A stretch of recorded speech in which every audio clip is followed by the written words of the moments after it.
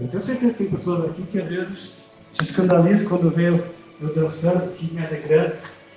Mas eu estou dançando sem álcool, sem maconha, sem cocaína. Estou dançando uma alegria de Deus mesmo. Isso é difícil um negro que não tenha, né, canela de fogo, como se diz. É difícil, já parece que está no sangue do africano, né? Já viu um africano gostar de alegria, de dança? E a igreja tem que ser um local de alegria. O crente alegre, diga amém. Amém. Porque onde Jesus fez o primeiro milagre, fez no velório, lá em Lázaro, lá no túmulo, Lázaro que fez, não. O primeiro milagre foi num casamento. E todos sabem o que é um casamento, né? É um local de alegria, é um local de descontração, é um local onde as pessoas se confraternizam. Desligação que eu estou fazendo o microfone aqui.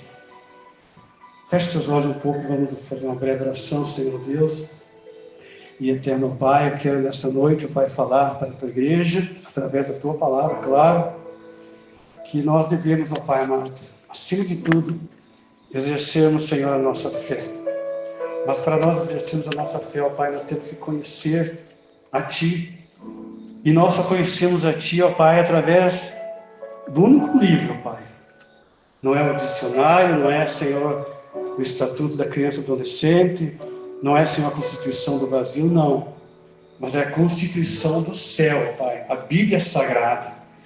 E através dessa Constituição, Pai, através deste livro que nós aprendemos. Dizem que a Bíblia fechada é Deus com a boca fechada. Dizem que a Bíblia aberta, Pai, dito popular, dizem que a Bíblia aberta é Deus falando conosco, Deus. Mas eu discordo de tudo isso, Deus.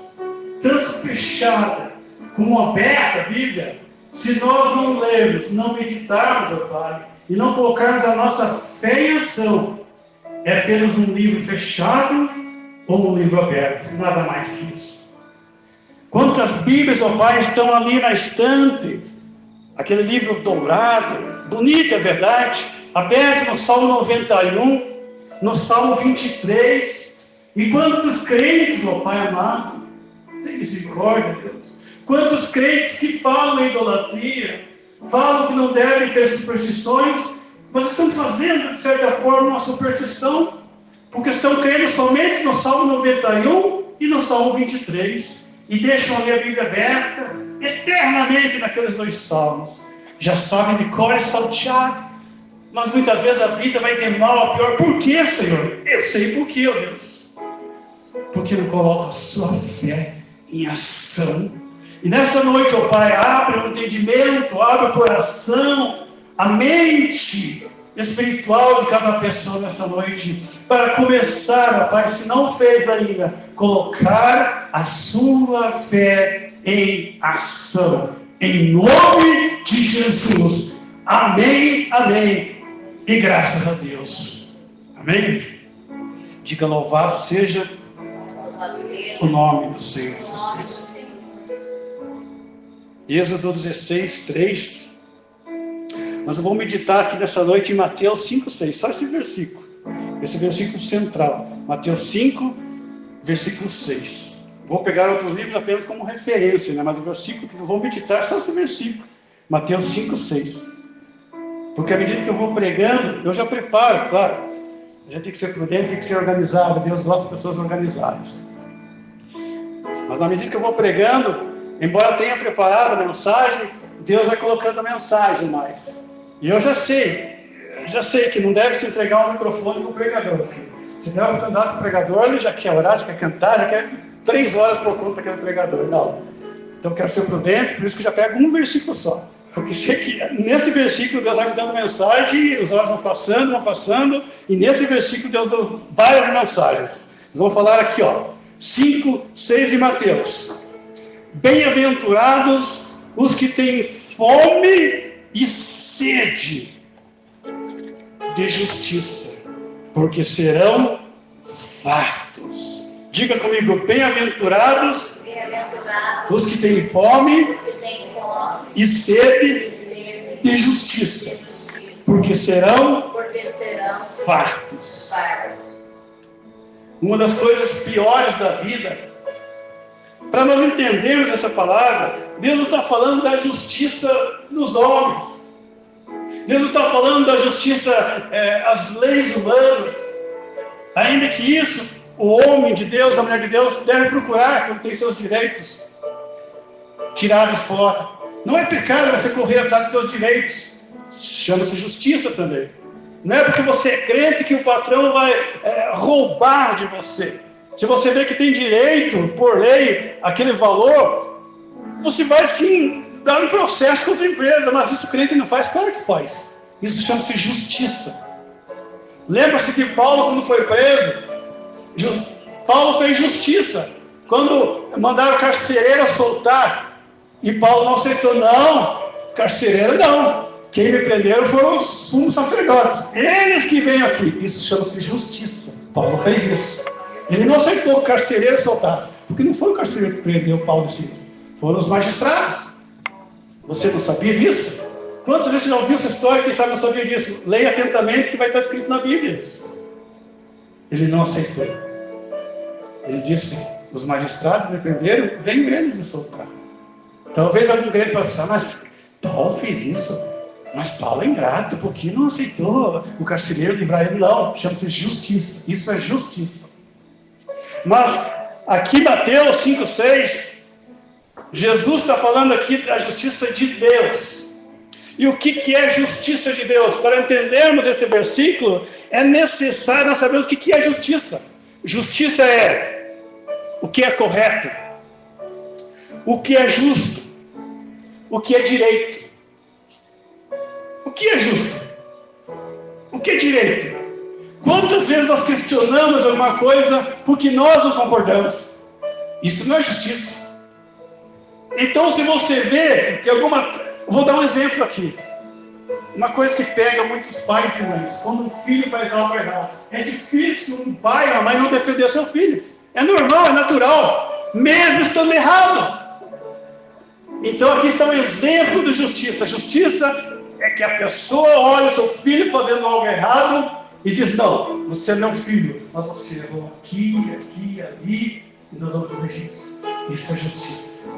Ou quando alguém diz, olha, teu filho fez isso, você pega um corrente e diz, não, sai daqui, porque meu filho não é disso, meu filho. Você, quem será que fez isso? Eu vou conversar com ele, eu vou ver com ele se realmente fez isso, e eu vou corrigi-lo. Mas não, muitas vezes brigamos com o vizinho, com o parente, para defender um filho ou uma filha que fez algo errado. Isso é injustiça. Justiça é você corrigir. Você lembra da história de Eli? Eli pecou por causa da sua família. Ah, mas Eli sabia que estava... Sim, ele sabia, falou que os seus dois filhos estavam fazendo algo errado lá no templo. Ele sabia. Ele até falou. Só que ele não tomou atitude. Ele não corrigiu. Isso só para dar um exemplo do que é justiça. Justiça é você ver algo errado e não virar o rosto. É você ver algo errado, seja com quem for, e corrigir.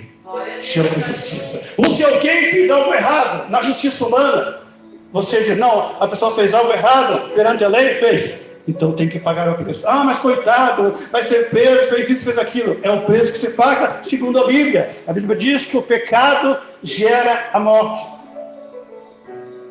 O salário, o galardão, a recompensa do pecado é a morte. Morte física, sim, muitas vezes física, mas principalmente espiritual. Então a consequência do pecado é a morte. Não está dizendo que Deus vai castigar a pessoa. Não, a própria pessoa fez o pecado e ela está pagando o preço daquele pecado. Está entendendo, Deus? Quem está entendendo diz amém? Então justiça é isso. Então bem-aventurados os que têm fome. Por que Jesus falou fome? Porque uma das coisas mais terríveis que tem.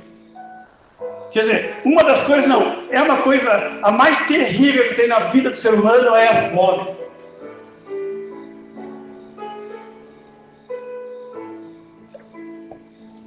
E você sabe, você que passou fome na vida sabe o que eu estou falando.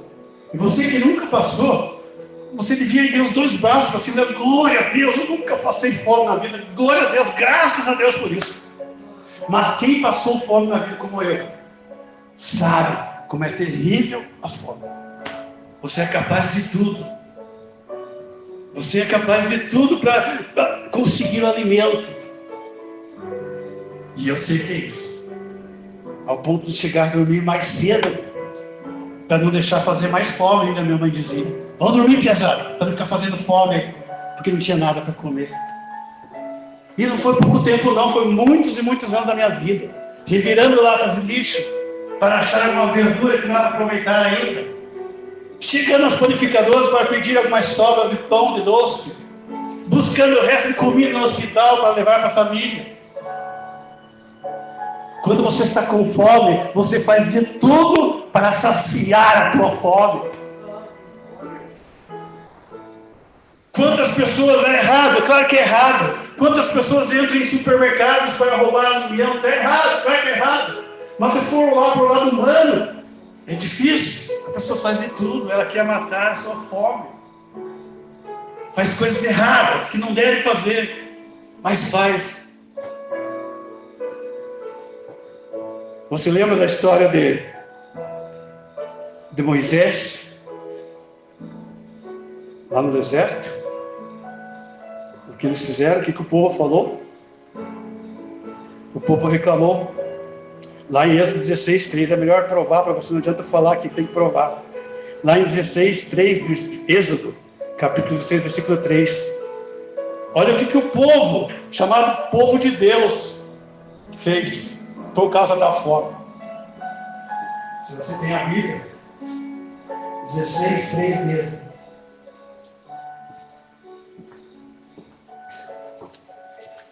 Eu sou meio das antigas, eu gostaria que os irmãos, se puderem, tragam a Bíblia física. Ah, mas estamos na modernidade, hoje através do celular. Tudo bem, eu concordo com isso, mas é melhor a Bíblia, para você olhar, para você ficar craque na Bíblia. Porque o celular você pode até ficar desatento na pregação. Porque de repente você está olhando ali, de repente, mensagem para você. Você é claro que vai abrir. E foi essa pregação embora. Está entendendo, igreja? Diga amém quem está entendendo. Então eu prefiro que os crentes voltem à moda antiga. Os crentes com a Bíblia, com cheiro de sovaco, debaixo do braço, vão para a igreja. Lá em Êxodo 16:3, disseram-lhes os filhos de Israel, ou seja, o povo de Deus: quem nos dera tivéssemos morrido pela mão do Senhor lá na terra do Egito, ou seja, espiritualmente falando, voltando atrás, se desviando dos caminhos do Senhor, ó. Quando estávamos sentados junto às panelas de carne, comíamos pão a fartar, pois nos trouxestes a este deserto para matardes de fome toda esta multidão. Olha o que a fome faz na vida de uma pessoa. Praticamente zombando de Deus, porque Deus é que deu ordem para Moisés. Mas a fome faz isso. A fome é capaz de tudo. Lá em Lucas 6:3 e o 4. Respondeu-lhe Jesus, Lucas capítulo 6, versículo 3. Nem ao menos tendes lido o que fez Davi quando teve fome, ele e os seus companheiros, como entrou na casa de Deus, observe bem, como entrou na casa de Deus, tomou e comeu os pães da proposição. Olha, algo terrível, que a fome faz. E os deuses que com ele estavam, pães que não lhes era lícito comer, mas exclusivamente aos sacerdotes. O pão que era colocado para Deus, e a cada sábado eles trocavam aquele pão por pão novo, ou seja, era um pão consagrado. Proposição quer dizer, tinha um propósito aquele pão. O propósito era de oferecer a Deus, e ficava lá. De sábado em sábado eles trocavam aquele pão, ou seja, era um pão sagrado, consagrado ao Senhor. Mas Jesus quis explicar aqui que nos momentos difíceis, o ritual, a lei, ela não pode se sobressair à necessidade humana. Esse é o recado de Jesus. Porque Davi, a Bíblia não menciona, mas provavelmente Davi entrou num dia de sábado para pegar duas coisas. Ele fez então, entrou num dia de sábado e pegar um pão que não era lícito pegar. Mas Jesus quis explicar isso, que a vontade, a necessidade humana, ela tem que se sobressair aos costumes, aos rituais. E ele pegou aquele pão que era consagrado ao Senhor. É a mesma coisa no sentido católico, você invadir uma igreja e lá naquele armarinho onde o padre guarda as ossos e você comer aquelas ossos. Meu Deus do céu, para os católicos praticantes, meu Deus, que pecado, meu Deus, jamais pode fazer isso. Ou seja, está colocando o ritual sobre todas as coisas. É duro isso de falar? É, mas é isso que Jesus quis explicar aqui. Mas a Bíblia está falando aqui de fome. E o versículo diz: bem-aventurados, ou seja, felizes, contentes, são os que têm fome. E quem tem fome? A pessoa que está necessitada. E qual que é a pessoa necessitada? A pessoa que ainda não encontrou Jesus Cristo. Por isso que Jesus está falando: bem-aventurados os que têm fome. Você que está na igreja, você está sendo saciado, diga amém. Amém. Mas quem tem fome? Quem tem fome é aquela pessoa que está necessitando. Se nós analisarmos assim. Então aquela pessoa que ainda não está com Jesus completamente na sua vida. Ela continua tendo fome. Mas mesmo assim, Jesus já julga aquela pessoa como pessoa feliz. Aleluia, que palavra maravilhosa, igreja. Então mesmo a pessoa fora, por isso que nós não devemos criticar, igreja. Mesmo a pessoa fora, a gente não sabe o pensamento, o sentimento daquela pessoa. Muitas vezes ela está buscando, ela quer mudar, ou seja, ela tem fome. Aleluia. Ela tem fome e sede de justiça. Sede, bebida, água, comida.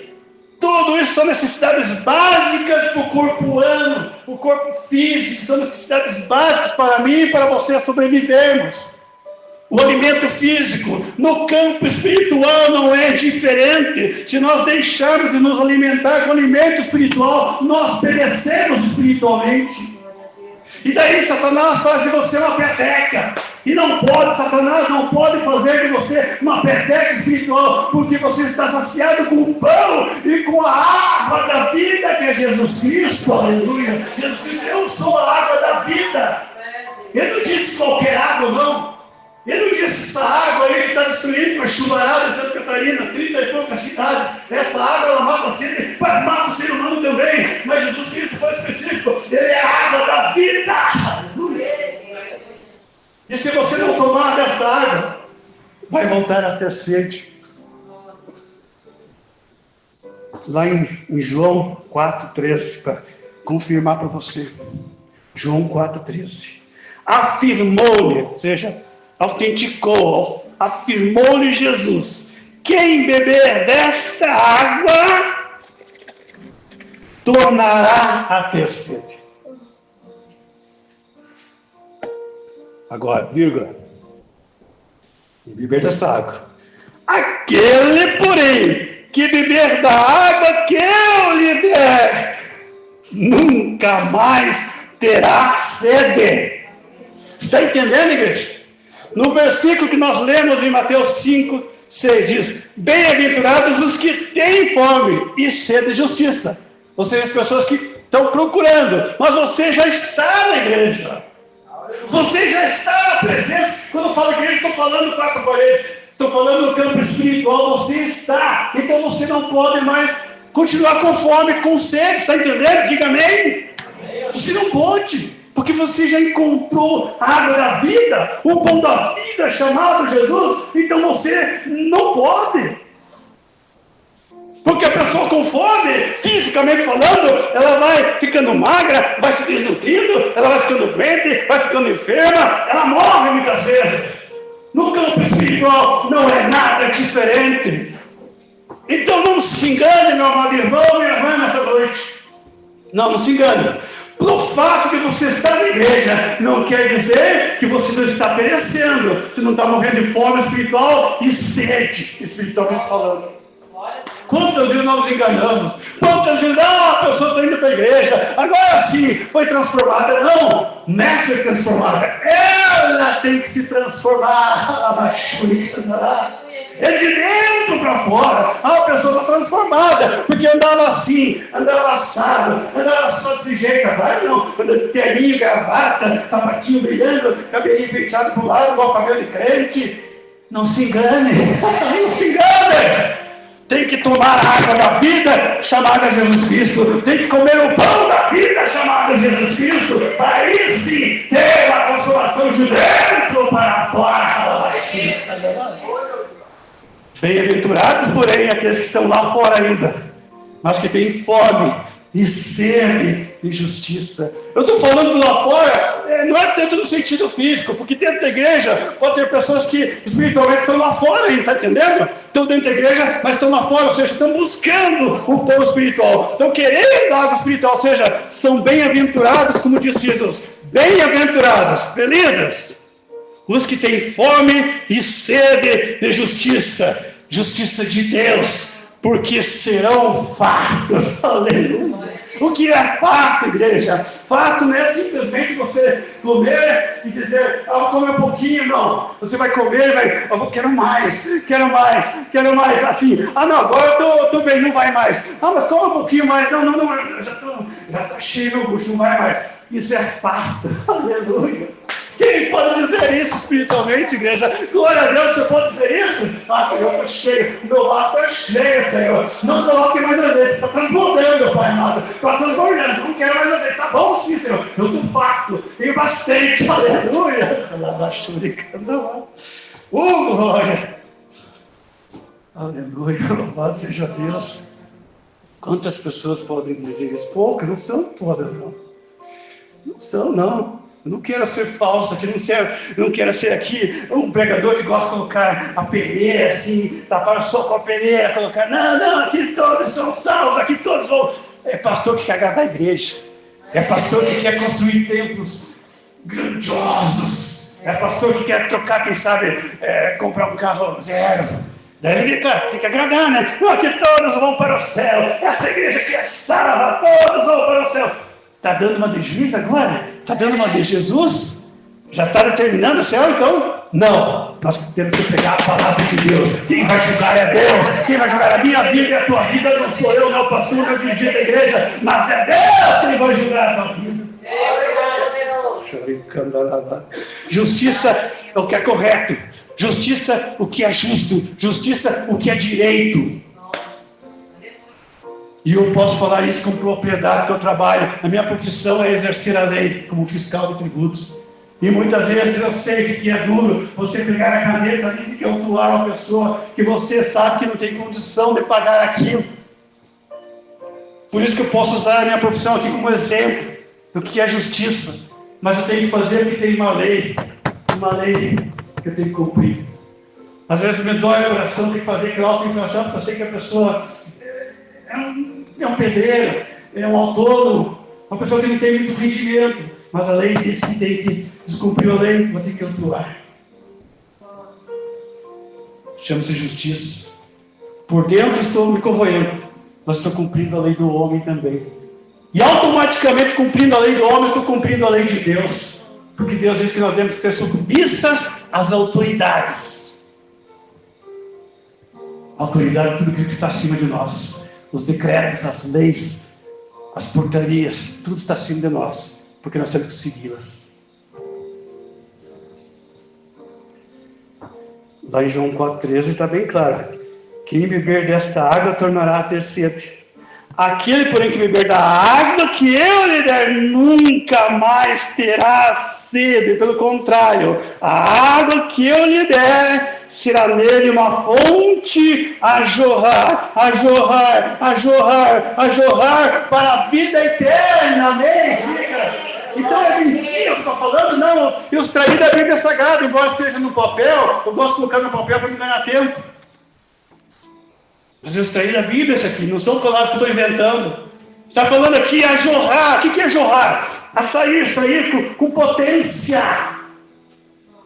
Aleluia, igreja. Tão fácil de entender a Bíblia. A jorrar, a Bíblia está falando, está saindo, não, está jorrando, ou seja, com força. Você já viu um cano quando estoura? Você já viu um cano quando estoura na rua? Ele sai a água em câmera lenta? Não, explode. É isso que a Bíblia está falando, a jorrar para a vida eterna. Aleluia. Não está falando para o ano 2025 só, 26 que virá, 26, não, para a vida eterna. Isso é muito bom também. A jorrar para a vida para sempre, eterna. E quem está falando isso? É João que está falando? Não, é o Evangelho segundo João, mas é Jesus que está falando. Aleluia. No versículo 15, aqui está falando da mulher samaritana, né? Disse-lhe a mulher: Senhor, dá-me dessa água, para que eu não mais tenha sede, nem precise vir aqui buscá-la. A mulher ainda não tinha entendido. Ela não tinha entendido. Jesus está falando da água espiritual.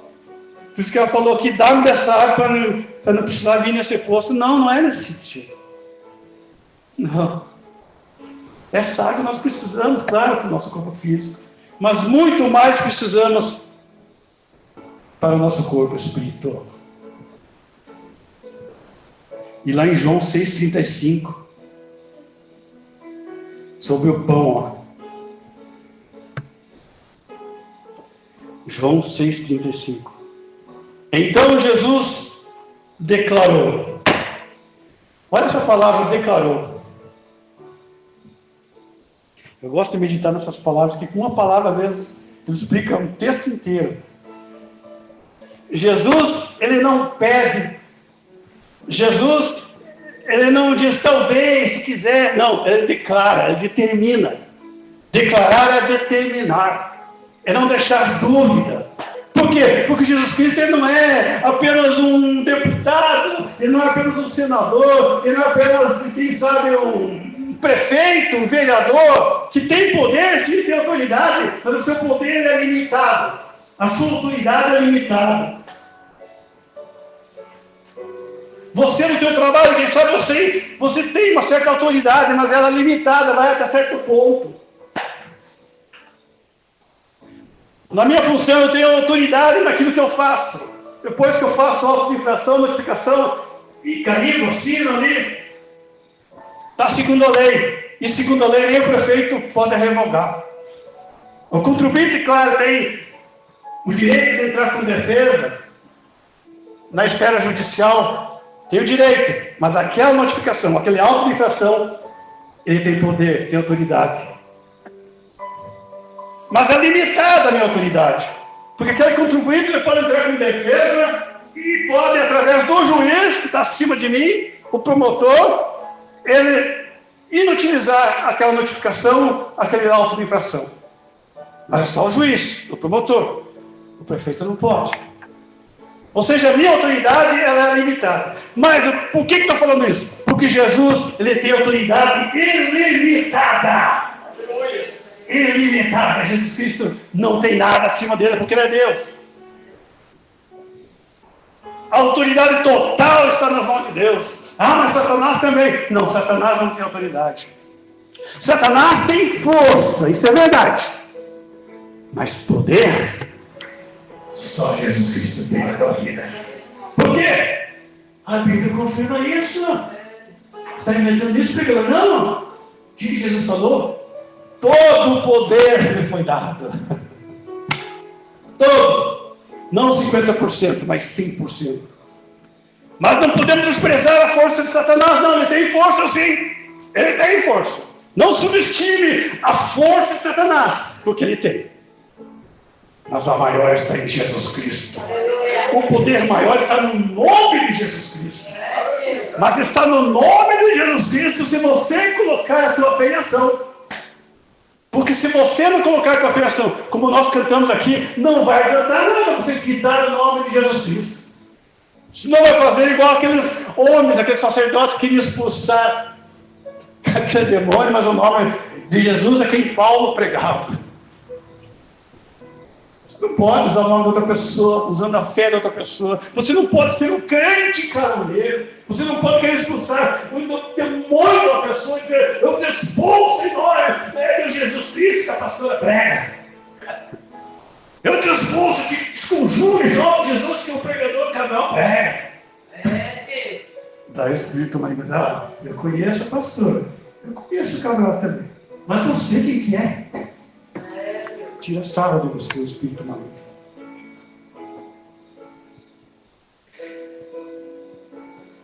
Eu sou o pão da vida.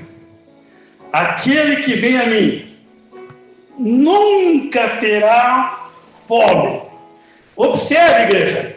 Aquele que vem a mim. A maioria dos milagres que Jesus fez, você pode conferir. A maioria dos milagres,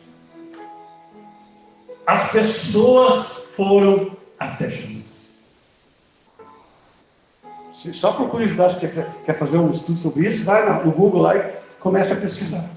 A maioria dos milagres, ou seja, Deus, Jesus, o Espírito Santo, Ele está entre nós, Ele está em você.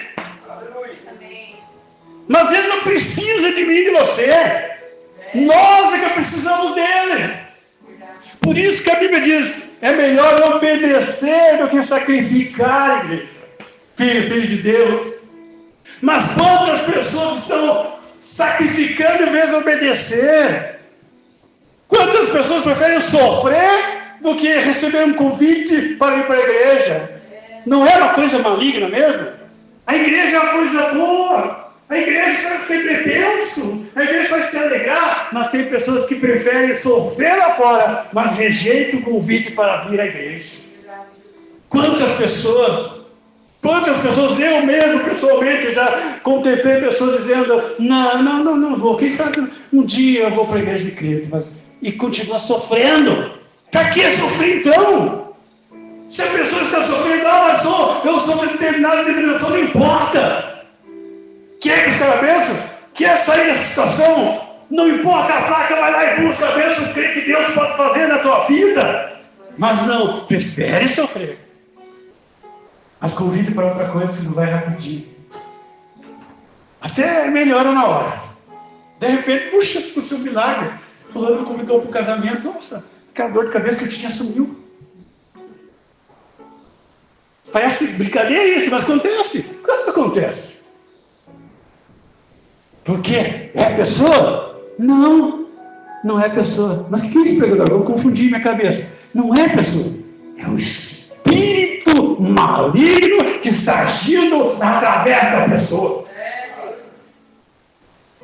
Quantas vezes as pessoas às vezes querem, as pessoas até fazem menção, mas algo acontece, parece não é coisa maligna mesmo, que parece que naquela hora acontece alguma coisa que a pessoa não pode sair de casa para ir para a igreja. Parece uma tentação, e é tentação mesmo, e de repente vai sair para a igreja, vem um parente lá de Goiás, lá de Minas Gerais, que faz 500 anos que não vem na casa, mas naquela hora do culto, na hora da campanha. Fulano tem casa? Minha tia, quantos anos, meu senhor? Poxa, eu estou numa corrente, mas Deus vai entender. Eu vou quebrar essa corrente. Deus não vai entender, não. A Bíblia diz, se fizer um voto, cumpra. Não faça voto de tolo. Não faça aliança de tolo. Não faça pacto de tolo. Grande homem de Deus, grande mulher de Deus, é aquela pessoa, aquele homem, crente, cristão, mulher cristã, que diz, olha, me desculpe, mas eu vou ter que deixar aqui, porque eu tenho um compromisso com Deus hoje. Mas quem faz isso? Poucas pessoas fazem. Mas aquela que faz, é coroado de bênçãos, de bênçãos na vida. Tem o Espírito Santo que realmente coloca a sua bênção. Mas eu posso falar isso, vai me ofender, vou ofender o parente, vou ofender o irmão, a irmã, o tio, a tia, vou ofender ele. Não quer ofender ele, mas aí ofende o voto que fez com Deus. É melhor obedecer que sacrificar. Quantas vezes quebram campanhas? Pastores, estou falando só de meus pastores que quebram compromissos, não compromisso com a igreja, compromisso com Deus. Acontece qualquer coisinha, eu já vi isso, por isso estou falando, não estou mentindo não. Faz a campanha, de repente acontece alguma coisa, não, o pastor não vai poder vir, por quê? Porque furou o pneu do carro dele. Vai a pé? Se morar na cidade nova é pequena. Eu fiz uma campanha lá na Assembleia de Deus, lá na Estação Nova, e o carro estava na oficina, 3 domingos, a pezito, com a mala e com o violão, lá na Estação Nova. Cumpriu o propósito, não com a igreja, não com o pastor, mas com Deus. Amém.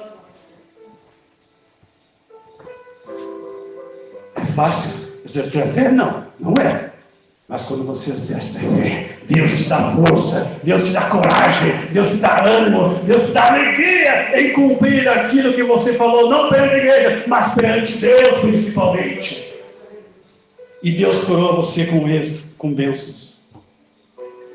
Dá-me dessa água, disse a mulher, para que eu não mais tenha sede, nem precise vir aqui buscá-la. Que Deus nos abençoe, que Deus nos guarde, e que nós possamos ter cada vez mais o pão da vida, Jesus Cristo, e a água da vida, Jesus Cristo. Porque nós tendo o pão da vida e a água da vida, sempre, sempre, sempre conosco, nós nunca vamos, como diz a Bíblia, ter fome e sede. Por quê? Porque Deus nos fartou. Deus nos sovejou, Deus nos curou, Deus nos abençoou, Deus nos transbordou com azeite espiritual. Por isso que nós estamos fartos. Fartos não no sentido estou cansado, não. Fartos no sentido de abundância, no sentido de que nós estamos cheios. Isso é farto. Então quem tem o Espírito Santo e coloca a sua fé em ação, está abundando em bênçãos, está abundando no Espírito Santo.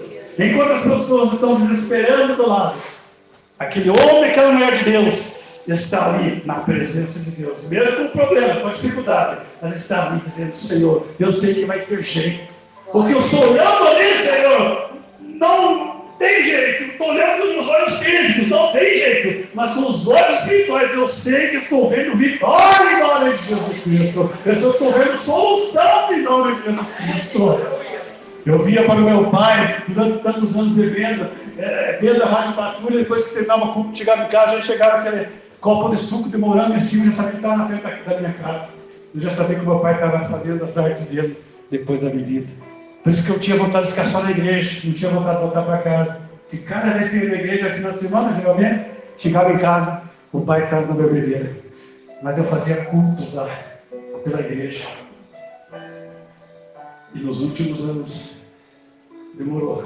Mas como eu falei aqui, colocar a atenção, nos últimos anos da vida, meu pai deixou de beber. Tarde demais, claro, que a consequência do pecado, a Bíblia diz, a consequência. As doenças, mas ele deixou de beber.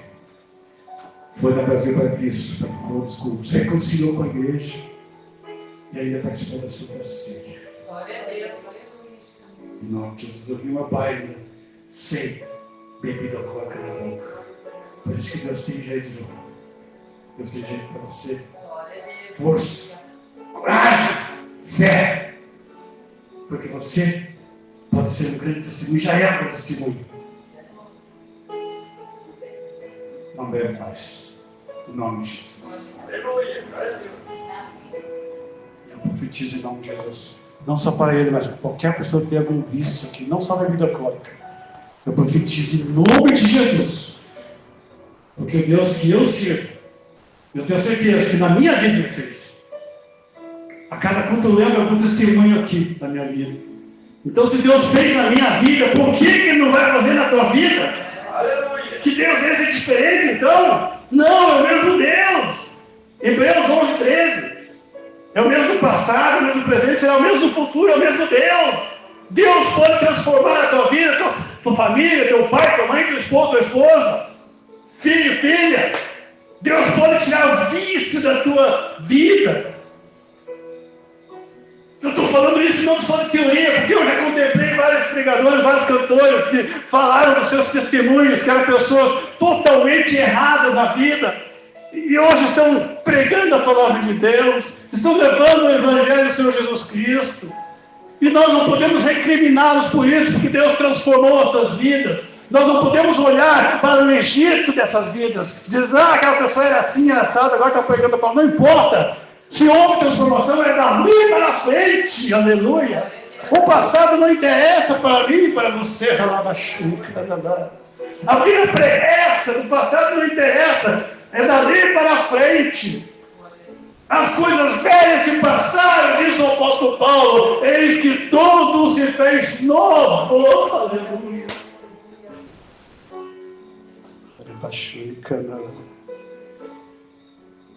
Louvado seja o nome do Senhor. Aplauda bem forte o nome do Senhor Jesus Cristo. Bem-aventurados têm fome e sede de justiça, porque serão fartos.